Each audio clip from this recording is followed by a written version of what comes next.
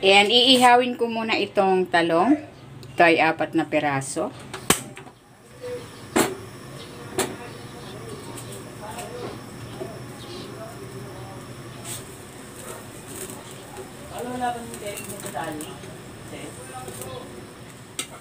Ayan, okay na itong talong. Hahanguin ko na ito. And then, babalatan ko. Saka ko ito hihiwain sa maliliit.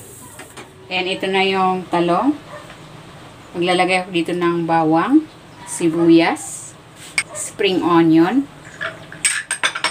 carrots, bell pepper. Maglalagay din ako dito ng ground pork, harina, breadcrumbs. Maglalagay din ako dito ng egg. Timplahan natin ng asin, paminta, at maglalagay ako ng Knorr seasoning. And haluin natin. Kung hindi ka pa nakapag-subscribe sa aking channel, please subscribe at i-click mo na rin ang notification bell para lagi kang updated sa aking latest recipes. And then, kukuha ako ng kaperaso, mga 1 kutsara. And then, bibilog-bilogin natin. Ayan, okay na yung ganyan. Uulitin ko lang ang proseso sa natitira pa nating talong mixture. Ayan, nagpainit na ako ng mantika. Magpiprito na ako.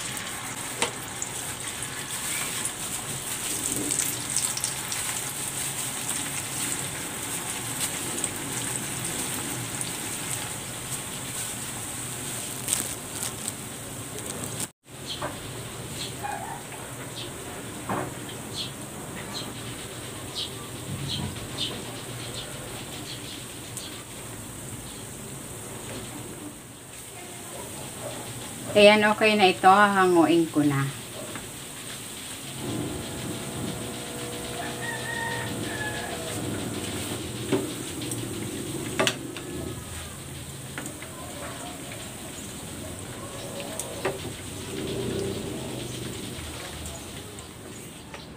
Ito na, ready na itong ating talong bola-bola.